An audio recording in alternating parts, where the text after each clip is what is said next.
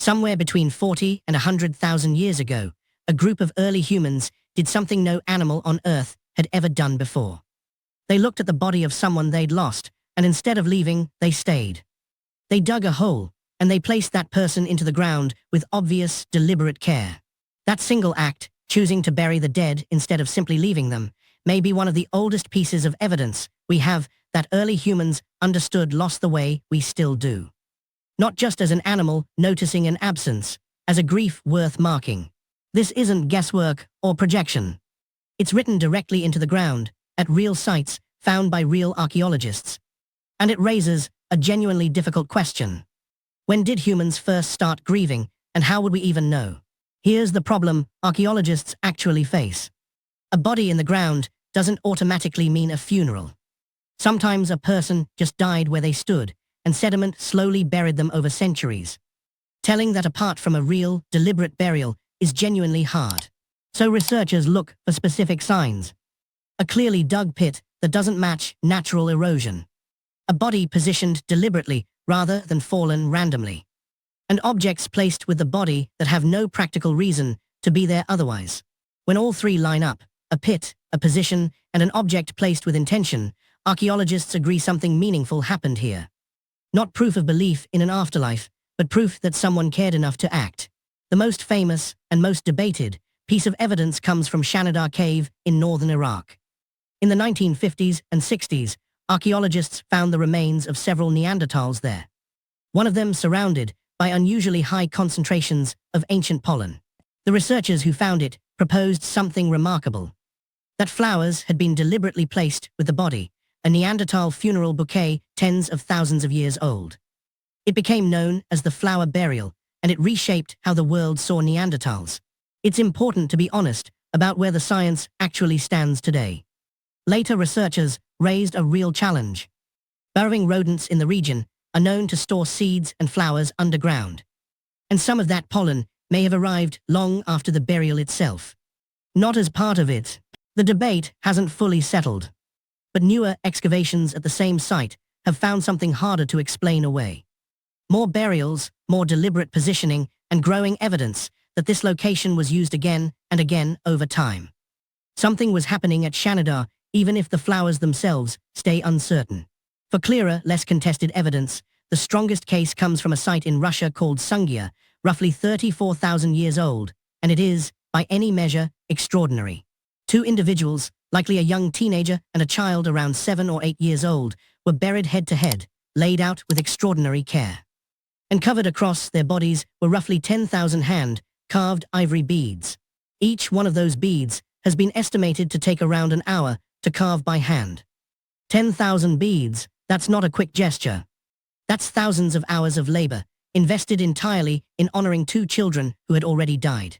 Alongside the beads were ivory spears, pendants, and carved ornaments, objects that would have taken real skill and real time to make, all given to two people who could never use them again in any practical sense. That detail is the whole point. These weren't practical gifts, they were symbolic ones. And a symbolic gift only makes sense if the people giving it believed, on some level, that it still mattered to the person receiving it.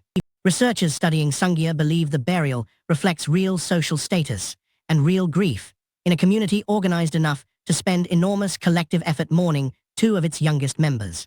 This wasn't a burial any single grieving parent could have managed alone. 10,000 beads carved by hand means many people over real time, choosing again and again to keep working on something that would only ever go into the ground. Sungir isn't the oldest evidence, though. Some sites push the timeline back even further, into territory that's still hotly debated among researchers. At a site called Qafzeh in Israel, researchers found human remains alongside deer antlers positioned deliberately against the body, dated to roughly 100,000 years ago. If the interpretation holds, it's among the oldest deliberate burials ever found. 100,000 years is a genuinely staggering span of time. It means the impulse to mark a death with care may be older than modern human migration out of Africa. Older than cave art. Older than almost anything else we associate with early human culture. Not every researcher agrees on how to interpret Qafzeh, and that disagreement is worth respecting rather than glossing over. But even the most cautious readings agree that something unusual was happening at that site, and at others like it. Here's a detail that complicates the story in an interesting way. Humans may not have been entirely alone in this. There's growing evidence that other animals respond to death with behavior that looks, at least on the surface, like grief. Elephants have been observed staying near the bodies of dead herd members for extended periods, sometimes touching the remains gently with their trunks. Some primates carry the bodies of dead infants for days. What seems genuinely different about early human burial isn't the emotional response itself. It's the deliberate, physical act that followed it. Digging, placing, and choosing to leave objects behind that would serve no one again. So why does any of this actually matter? Because deliberate burial may be one of the clearest windows we have into when early humans developed something crucial. A concept of the future and of continued meaning beyond a single moment. Burying someone with care implies a belief that the act itself means something, whether that meaning is about an afterlife, about honoring a bond, or simply about refusing to treat someone you loved like nothing at all. That's a genuinely abstract idea. It requires imagining a future in which the dead are gone but still somehow matter. Very few behaviors in the archaeological record give us the clearer window into early human thought. Beyond the burials themselves, there's evidence for how early human communities may have handled the days and weeks that followed a death, not just the moment of burial. Some anthropologists studying modern hunter-gatherer societies, communities whose lifestyles offer a partial window into ancient practices, have documented extended mourning periods involving specific songs, silence, and changes to daily routine. If similar practices reach back into deep prehistory, and there's real reason to think some of them do, then grief itself, the process of it, not just the burial at the end, may be an extremely old and consistent part of being human. It's worth pausing here for real honesty. We cannot know exactly what any specific early human felt standing at one of these graves. Grief, the way modern humans describe it, as a specific inner experience, can't be excavated directly from the ground. What we can know with real confidence is the behavior itself. The digging, the positioning, the objects placed with obvious intention. Repeated across many different sites, cultures, and tens of thousands of years. That consistency, across so much time and distance, is itself the evidence.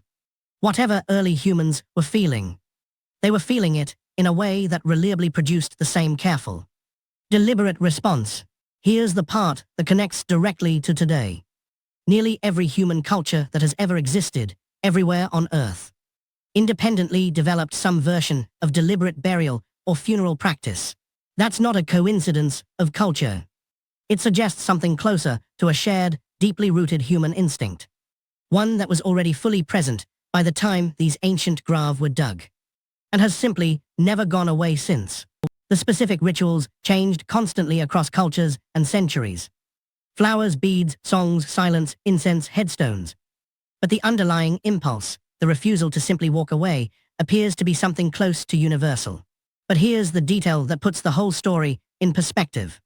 If deliberate burial really does reach back 100,000 years, then grief may be one of the very first uniquely human behaviors we can actually point to and say, with real evidence, this is where it began.